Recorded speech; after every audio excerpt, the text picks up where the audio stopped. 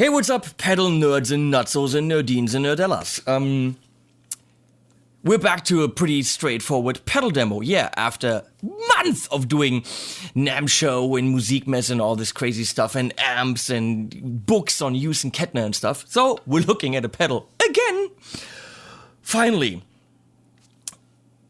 Before I forget, therecordlabel.net, Henning's Big Package, 13 CDs for $60. My music. If you don't dig it, don't buy it. If you like it, it's a frickin' steal, but don't steal it. We're looking at the EVH MXR 5150 Overdrive. First of all, Overdrive? Yes, it can go subtle if you want to. Maybe the innards, the guts, are technically in overdrive. I know it has something to do with a certain kind of clipping. What the fuck do I know? For me, an overdrive is subtle. It's, a little bit of gain. When it gets more aggressive and more distortion, it's a distortion. So for me, this is a distortion. What does it do? It does we can say it, plexi type of tone. And I have to say, for me, usually, plexi means a big hole in the mids. Which means it's screaming, it's aggressive, it's rock and roll! But it's not necessarily nice and creamy. It's always a trade-off. You can scream, but you can't cream. This has one of the best voiced EQs I've ever played with, and you can get a million sounds out of it. Really cool. This impressed me from the moment I plugged it in, so let's check it out. We're checking it out with, of course, the Frank Hartung Embrace Vantage 57. Has, again, brand new NYXL strings from Dadari on it. We put them on there yesterday for the Use and Kettner demo. This is a beast, the best mahogany type guitar I've ever played, and so says everyone else. Pedals Fusion, cool channel if you guys want to check out how pedals get combined in crazy ways. Forgot the guy's name, sorry, but Pedals Fusion. And a lot of cat and dog hair on it, I'm sorry. This thing is going into the 5150, then into an MXR Vintage 74 something script Phase 90. It's so classic that the circuit board inside is just lying around. Some foam holding it in place, just like in the good old days. There's no LED and there's no 9 volt in, so only battery. That's classic. But hey, maybe we can do something with it. And an El Capistan from Strymon for some tape delay. That is going into the Karl Martin Custom Shop 50 head, which is then going into the Torpedo Studio, which is set up with 2 412s. Yes. And the clean sound sounds like so.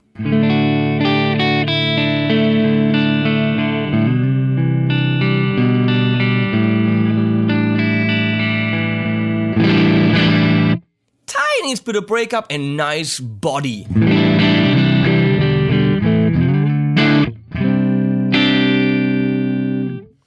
So, if I just noon all the knobs, this is what we're gonna get.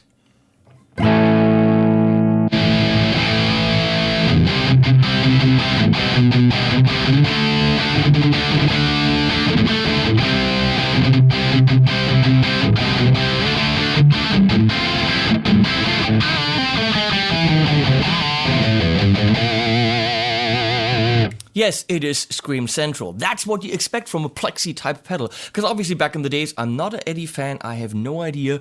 I just know what I read. He actually had, big ass Marshalls, which were not modded. He just said that to get his guy who modded amps some work. And he actually put his effects and all the stuff behind the amps, actually behind the power amp. Something with, I don't even know. Eddie's Eddie. And I can't play a single Eddie Van Halen riff, so let's just look at this as a classic kind of rock sound. It's very in the bass and in the high end, which is exactly what you expect from this type of sound.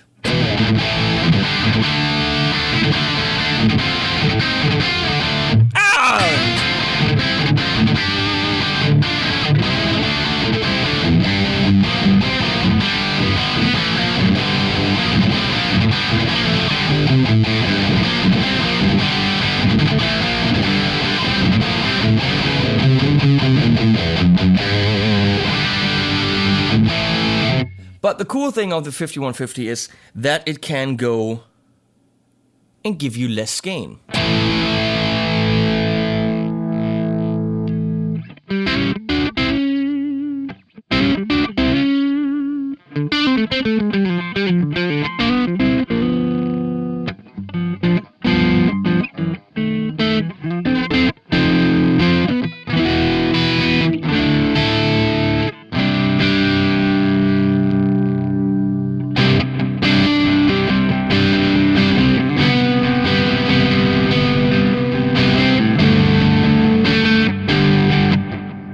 For me personally, it's lacking a little bit of warmth, but that's cool because the EQ can actually deliver.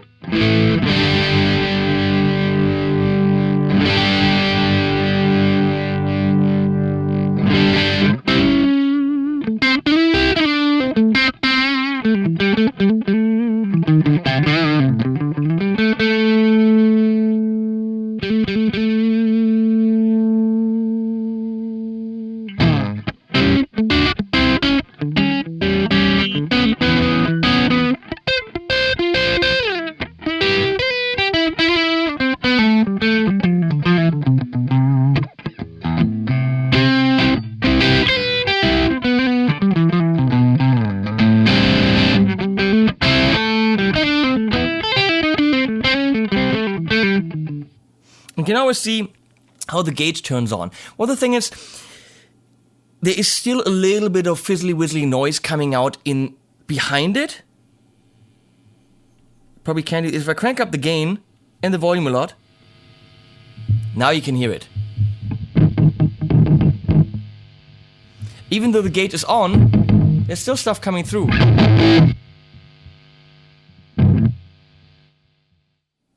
But it actually reduces the noise big time. So it's not completely quiet, but it does a decent job at reducing the quite extraneous noise.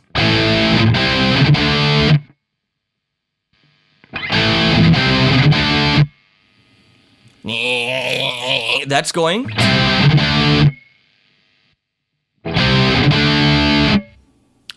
Does it cut the high end?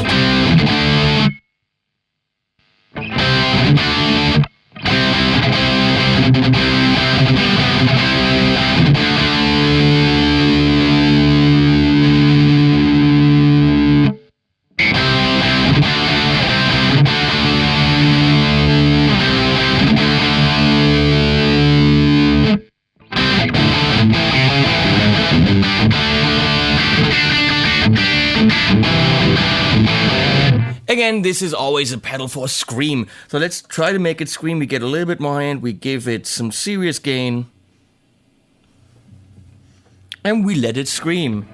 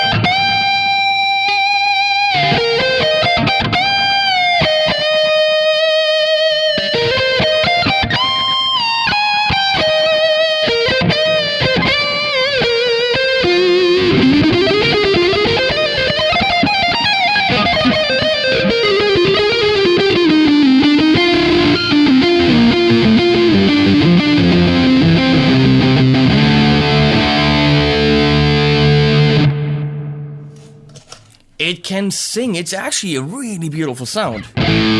So if we get the mids down and we get this traditional metal sound, let's see how mean we can go. Let's go crazy here. Because that's the thing, you can't really go crazy with this EQ.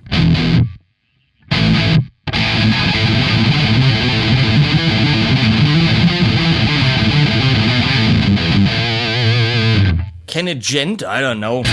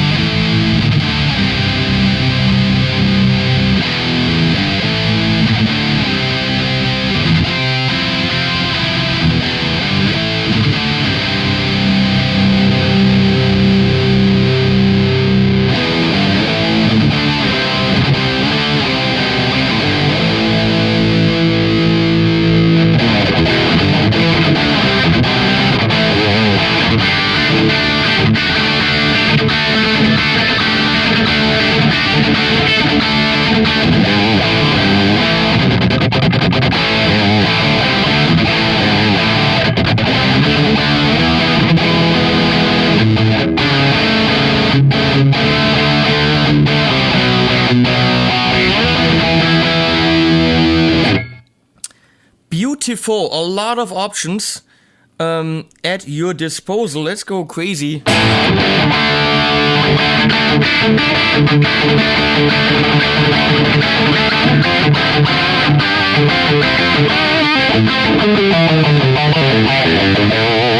Let's bring in the really old phaser.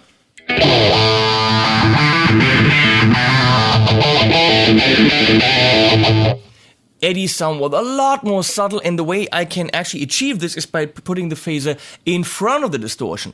Apparently he had it differently, but if you want the subtle kind of a little bit swoosh that he had, put it in front of your drive.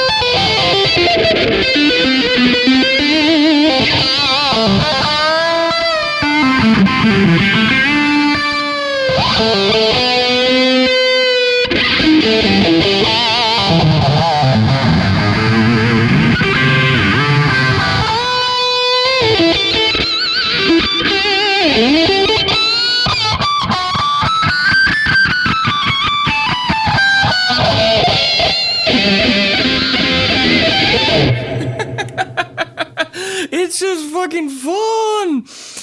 It is a fun pedal. What else haven't we covered? Oh, the boost. I never get the boost on pedals that have so much gain to begin with. So what's the idea with the boost? I don't know.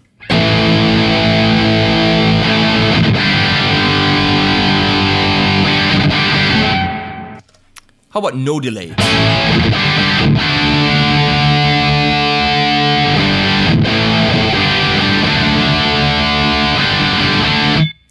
I don't know.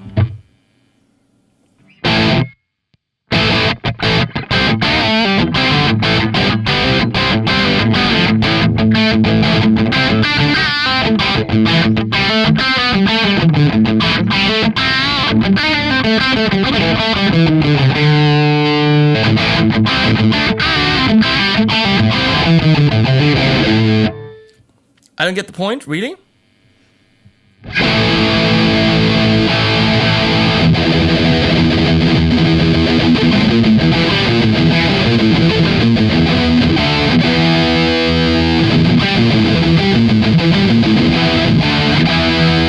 Other than it getting a lot more dense and less usable, I think the boost switch could go home, if you ask me. Other than that, holy flying crapfuck, this is a very recommendable plexi type pedal, if I may say so. We all know that's what Mr. Halen used. Excuse me, Van Halen. Mr. Halen. Excuse me, Mr. Halen.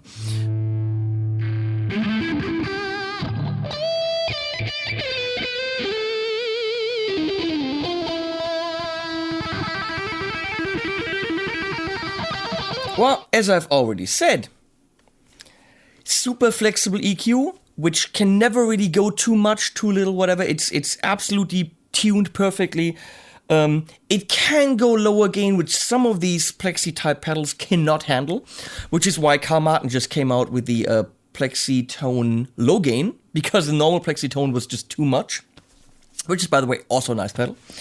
But this 3-band EQ makes this a serious weapon. The built-in gate, which we need because we're talking about high gain stuff, is very nice. It doesn't gate all the way, but it reduces, which is nice. The boost, I don't know. I like that this is black because because it makes it less Van Halen-y. Because this is definitely a pedal for rock, metal, anything just that where you get your balls out and go like, yeah, you know? I just mean, if it had the typical Van Halen look, it would be too typecast. It would be like, whoa, I don't play Van Halen stuff, which I don't. I don't get Van Halen. I've never really dealt with it. Not that I don't like it. It's never been my cup of tea, you know? My bailiwick, as the Scottish say. So, that is an area of expertise. Yes, I actually had to look that up. A bailiwick. This makes it, the black makes it more suitable to be used in other situations and not be like, oh, yeah, the Van Halen pedal, because it's a lot more than just a Van Halen pedal. Killer. I've never played a 5150 amp, so I cannot tell you how close this will get you to your 5150 amp. It depends on the amp that you're going into. It depends on the speaker, all this stuff. It is, I think it's $240. Yes, that's a little bit steep for a pedal, but it delivers all the way. Other than the boost switch, which just don't use it, I got no gripe with it. So, thank you, MXR. Thanks for watching, all of you, and I'm out.